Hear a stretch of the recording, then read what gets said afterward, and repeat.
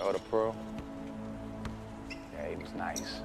See, everybody remember him from the Knicks, you know, when he helped win that second championship and everything like that. But I'm talking about when he was with the Bullets down Winston-Salem Stadium. Before that, gave him 42 points a game the whole season, 41.6. The whole season. But the Knicks, they put the shackles on him, man. You know, on his whole game, they locked him up like in a straitjacket or something. But when he was in the streets of Philly, the playgrounds, he was like, You know what they call him? What? Jesus.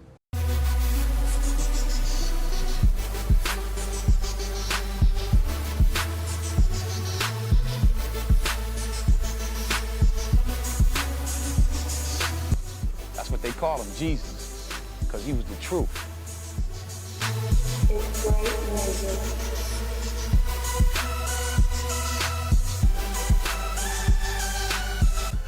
White media got a hold of it, then they got to call him Black Jesus. You know, you can't just be Jesus, you got to be Black Jesus, you know, but still, he was the truth.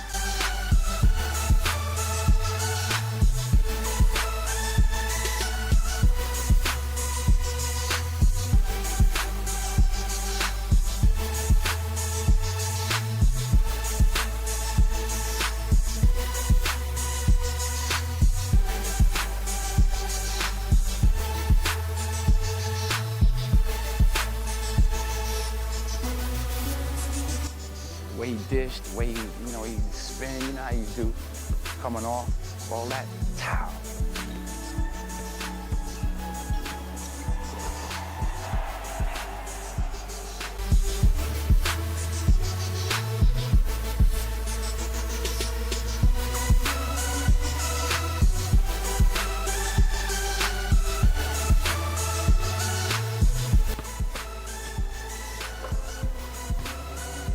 That's the real reason why you got your name.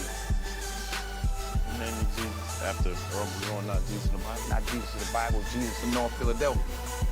Jesus of the playground. That's the truth, son. Yes, yes, yes, the man who did inspire the name of Jesus Shuttlesworth himself, aka Black Jesus. First of all, just take a look at these fucking stats to begin with. Assuming you looked at the stats to start the game in the intro. Everything that has to do with scoring is amazingly fucking high, not to mention 99 offensive consistency, meaning if you missed the shot, you fucked up, blame yourself, kill yourself right away. So I would personally say this is the guard version of Onyx Hondo. If those of you that, I know there was a lot of people that did love the Onyx Hondo, so if you love him, this is one of the most perfect people to pair with him because they have the same exact type of play style. You're going to want to put them together as quick as possible if you have the MT. This is the final hidden gem of 2K15 because the game is so dead, nobody plays it anymore. But if there's one person you want to go to and pick up and try, literally, if I still played this game a lot, I would put him on the squad right a fucking way. I didn't want him when they gave me, excuse me, when the card did first come up, but he was just overpriced as hell. But no, because people just don't understand how much of a fucking god him is, he completely dropped down to what is now around 10,000 MT on Xbox One, which is way more than doable. Now this didn't end up getting put in the intro, fucking get sex Chris Paul, you'll see a lot of that during this video, but he is actually probably one of the best dribblers in the game. He has some of the best transition dribble moves I've ever, and boom goes the dynamite, ever used on a point guard in this game, because he has the behind the back of dreams that makes so much space on transition. He has the fucking crossover of hopes, that's the one really low fast one that just doesn't bounce off of the defender's foot, and then have that between the legs where he just moves and zooms with it the moment that's him do it. And he does have the almighty crossover 16 with RT.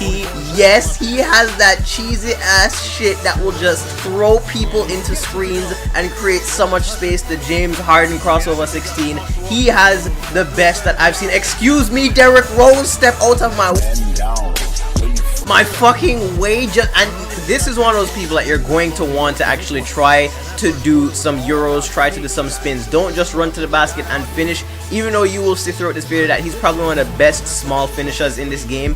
He finishes like hell over every big man that you even try to go up on, but you really should try to get some King of Euros in there just like this. Create the space if you need to, because he has very good animations. He takes really long and wide steps, and his body, he doesn't seem as small that as he's portrayed out to be. He's about 6'3", 185, so he has about the build of a Westbrook in this game, so he's not that small, and he have 85 on ball defense. So as long as you're not playing somebody that has like LeBron at point guard, you're just fine. And I wouldn't even care to put him at shooting guard anyway, because them improve him jump shot so much that is not a lot. Him have an 85 3-pointer. Him have the easiest spin animation ever, and his pull-up jump shot is simple as hell to get green releases. The biggest thing to keep in mind when using him though,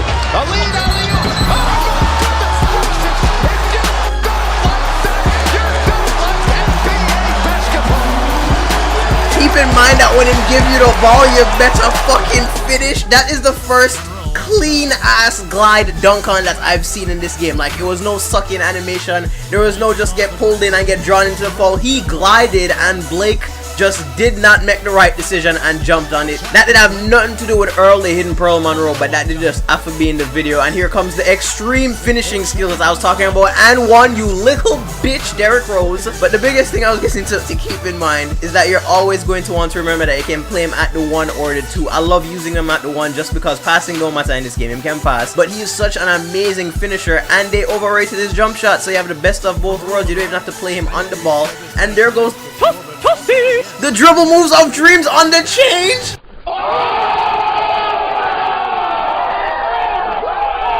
I mean, come on. I am just habitually freezing the shit out of Chris Paul every time down. Every time down, I'm starting with dribble moves. I'm doing that quick behind the back. I'm literally playing, if I could give you a comparison, play like you're using Kyrie's dribble moves. Just fucking behind the back every time down, create space, just catch people off guard as best as you can. Even if his half spin drags people in, there goes Durant, and boom goes the dynamite. Don't mind the 27 badges, don't mind the 90 mid-range, don't mind the 85 3-pointer. His dribble moves are what is going to take you to the next fucking level when using this card. It is just unstoppable when you string them together in the right way. Obviously, over 2 people is patch 4 with a 90 mid-range that is going to go in. And these are the reasons why I love the card so far, because literally he can score in every which way possible. The 3-pointer is there, and boom goes the dynamite.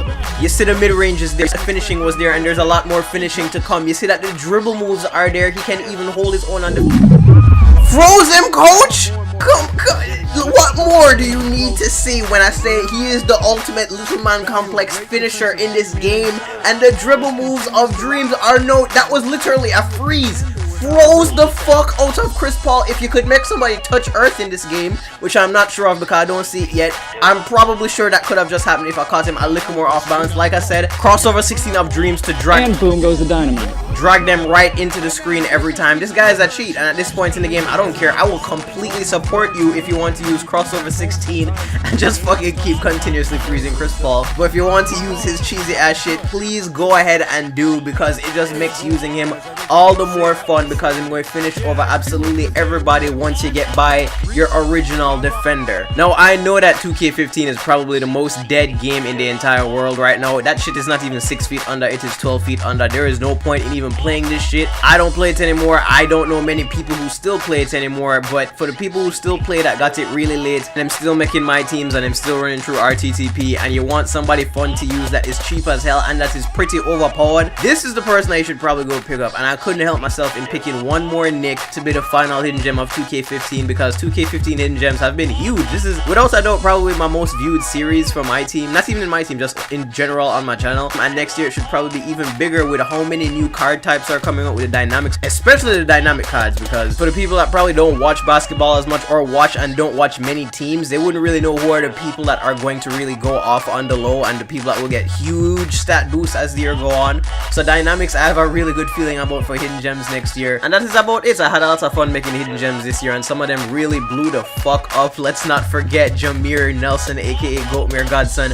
I think I really am, for one more time, I'm going to buy him and use him in a road to the playoffs match before 2K15 is over. So that was up there on the bucket list of things to do before 2K15 was over. You can thank the people on Twitter for that. And as a side note, I remember mentioning FIFA in my last road to the playoffs videos, and a lot of people really came to me and said, are you going to play FIFA? Do you play FIFA? Are you planning to upload FIFA? I actually would be interested in uploading FIFA Ultimate Team, but are you guys interested in seeing that? Because I retired from FIFA in 13 and I'm not sure if I want to make the comeback, but I'm tempted to, because I'm just not a big fan of American football. I just can't see myself playing Madden whatsoever. But as a closing note, be sure to use whatever MT you have left and at least try out the final hidden gem, aka the hidden pearl, aka Black Jesus, Earl the Pearl Onyx Monroe before 2K15 is over. You will not regret it. Oh, and as a final note, the first fitness video of my channel should be uploaded this week, probably around Wednesday or Thursday for the people that are interested in that. And if there's anything you specifically wanted to ask me to go over in the first vlog, then let me know in the comments or on Twitter, because the first person that mentioned it to me had a really good subject, what my diet is like, especially trying to keep up with the busy ass lifestyle that I keep right now,